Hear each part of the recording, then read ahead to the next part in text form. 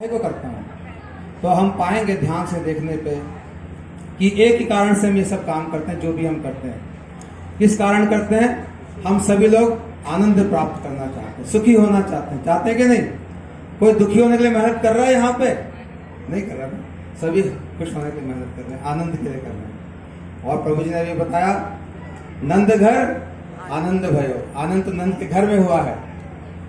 तो यहाँ पे एक हमारी बहुत बड़ी भ्रम हमारे दिमाग में बैठा हुआ है बचपन से ही। भ्रम क्या है? आनंद तो हम चाहते हैं लेकिन उसका तरीका नहीं पता हमको। तरीका हमने गलत मान लिया। कैसे मान लिया? हमारे अनुभव से हमने सीख लिया, किसी ने सिखाया भी नहीं। बचपन से हमारे माइंड की कंडीशनिंग हो गई है, माइंड दिमाग में बैठ गई है बात कि भैया आनंद चाहिए तो पैसे से मिलेगा। कैसे बैठ गई ये बात? जब हम छोटे बच्चे थे, पिताजी से हमने छोटी साइकिल मांगी 3 पहिए वाली। पिताजी ने कहा बेटा ये पैसा नहीं है, अगले महीने लाएंगे, सब पैसा हो जाएगा। तो हमने सोचा भैया पैसा क्या चीज है। फिर हमने कुछ और मांगा कि नया पेंसिल बॉक्स चाहिए, तो पिताजी कहते हैं अभी इस बार पैसा कम, आगे देखेंगे। जो भी कुछ हम चाहते हैं देखा कि अंत में जाके पैसे पे अटक जाता है। तो हमारे दिमाग में बात ठीक से बैठ गई कि भैया ये पैसे से ही सब कुछ प्राप्त होता है, अगर जीवन में आनंद पाना है तो ये पैसा चाहिए ही चाहिए। इसलिए हमने अपने जीवन की सारी ऊर्जा जो है इस पैसे को प्राप्त करने के लिए झोंक रखी है, इस ख्याल से कि मुझे आनंद प्राप्त होगा। लेकिन इतिहास में जरा और ध्यान से देखें तो किसी को भी आज तक पैसे से आनंद प्राप्त नहीं हुआ, बल्कि दुखी हाथ लगा है। रावण को देख लो, कितना बड़ा पैसे वाला था। हिरण्यकशिपु को देख लो, बहुत सारे ऐसे उदाहरण। अरे इतना पीछे क्यों जाते हो? आज ही देख लो आपके आसपास जो बड़े पैसे कमाने वाले लोग हैं। इस मामले में हमारे गोस्वामी तुलसीदास जी बड़ी अच्छी बात कहते हैं। ये बात हमारे गुरुजी भी बार बार हमको बताते थे, क्योंकि अगर ये बात समझ में आ जाए तो हमारी ऊर्जा जो है सही दिशा में लग जाए। ऊर्जा तो हम लोग के पास खूब भरी पड़ी है, लेकिन दिशा गलत है। अगर मुझे यहाँ से जयपुर जाना है, कल हम जा रहे थे तो वो दिखा रहा था अलवर जयपुर रोड। प्रभु जी ने कहा देखो जरा सही रोड पे तो है। मैंने कहा अलवर पीछे, जयपुर आगे, सही जा रहा है। और मान लो उल्टा होता, अगर अलवर आगे होता जयपुर पीछे होता, कभी नहीं पहुंच पाते जयपुर हम लोग शाम को दर्शन करने जब गए। इसीलिए ये पूरी मानव सभ्यता ही गलत दिशा में जा रही है बड़ी जोर से, और वहां से वापस आने में उतना ही जोर लगने वाला, क्योंकि जितना उल्टा जाओगे उतना वापस भी आना पड़ेगा। इसलिए गोस्वामी तुलसीदास जी इस बात को बहुत ही गहराई से हमें बता रहे हैं। एक उदाहरण देके नहीं, 2 उदाहरण देके नहीं, 3, 4, 5, 6, 7 उदाहरण देके नहीं, कितने उदाहरण? 9 उदाहरण दे रहे हैं। अरे भैया इतनी मेहनत कर रहे हैं, एक से समझ में आ जाती? नहीं, वो जानते इस बात को कि ये बात हमारी समझ में आने वाली इतनी आसानी से नहीं है। जानते तो हैं, लेकिन भैया मठाधीश बनने के बाद भी ये बात नहीं बैठती दिमाग में कि क्या बात है, हम फंसे क्यों जा रहे हैं। तो गोस्वामी तुलसीदास जी क्या कहते हैं? सब कर मत खगनायक एहा, करिय राम पद पंकज नेहा। श्रुति पुराण सब ग्रंथ कहाई, रघुपति भक्ति बिना सुख नाई। कमठ पीठ जामहि बरबारा, कमठ पीठ जामहि बरबारा। कंध्या सुत बर तारु मारा, फूल ही नभ बर बहु के बबूला। जीवन लह सुख हरि प्रतिकूला। तृषा जाई बरु मृग जल पाना, तृषा जाई बरु मृग जल पाना।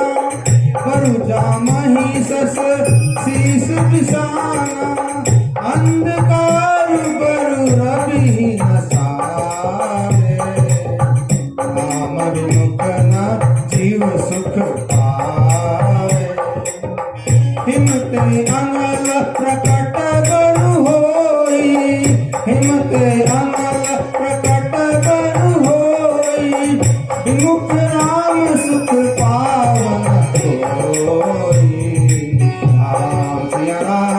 सिया राम जय जय राम, सिया राम जय जय राम। तुलसीदास जी बड़ी अच्छी बात है।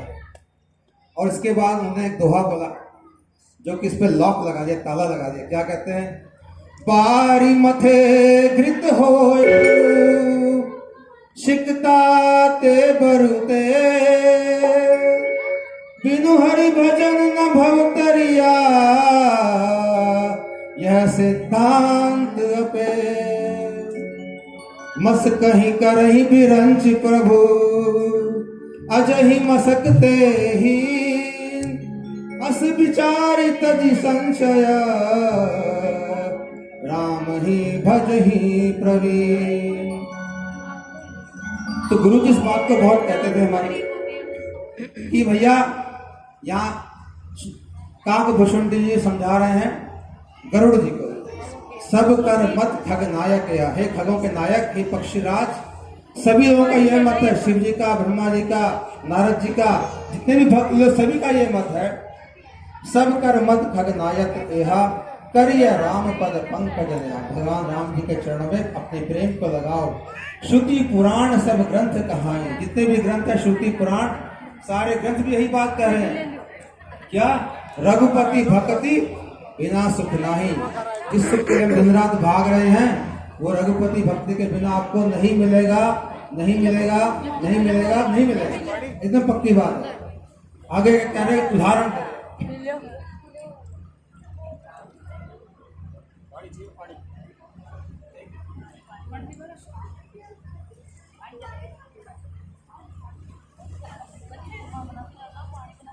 तो यहाँ पे आगे क्या कह रहे हैं? कमठ पीठ जामहि बरुदार, कछुए के पीठ के ऊपर बाल उग जाए। तुलसीदास जी कह रहे हैं कभी कछुए के पीठ में बाल उगते नहीं, बड़ा कठोर होता है, लेकिन तुलसीदास जी कहते हैं अगर उग भी जाए तो मान सकता हूँ।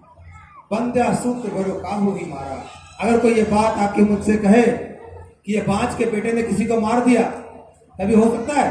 अरे बांझ जिसका बेटा है जिसको बांझ बोलते हैं, लेकिन कोई आगे कहे बांझ के बेटे ने किसी को मार दिया, इसको भी मैं मान सकता हूँ। बंद्या सूत्र बरु काहू ही मारा। आगे कह रहे हैं फूल ही नभ बरु बहु जब फूला। आकाश में फूल खिल जाए, नहीं खिलते, पेड़ पे ही खिलते हैं, और बहुत अच्छे से फूल खिलेगा, कोई आगे कहे तो इसको भी मान सकता हूँ। जीवन लह सुख हरि प्रतिकूला। लेकिन भैया जीव भगवान के प्रतिकूल होकर कभी भी सुख नहीं पा सकता, ये पक्की बात है, ये नहीं मान सकता। तो 3 उदाहरण यहाँ कहते हैं। आगे क्या कहते हैं? त्रिषा जाय बरु मृग जल पाना।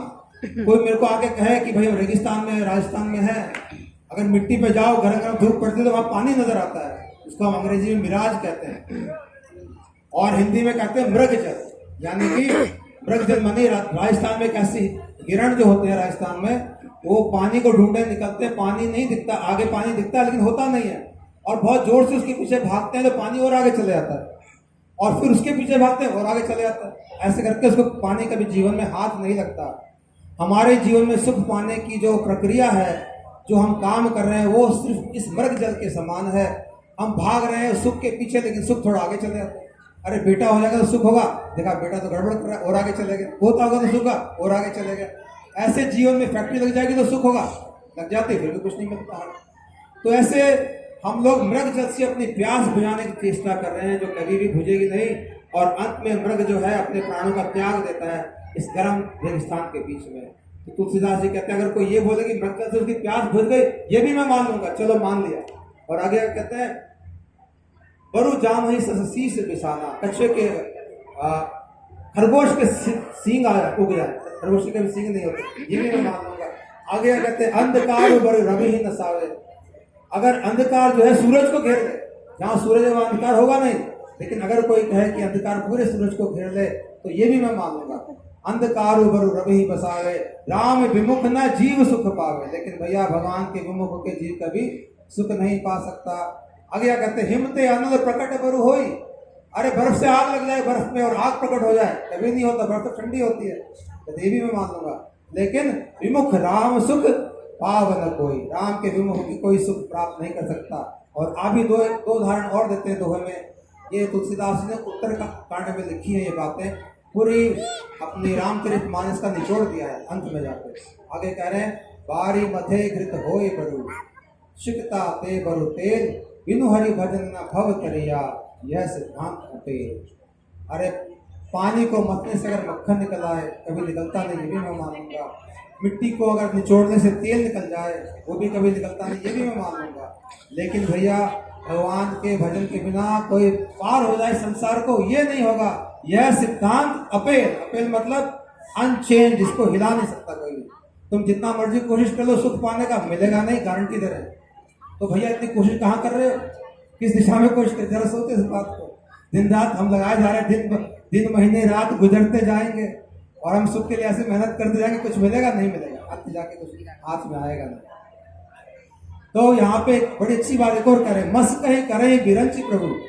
एक मच्छर का प्रभु विरंच बना दे, यानी ब्रह्मा जी बना दे, और अजय मसकते ही तुरंत ही उसको ब्रह्मा जी को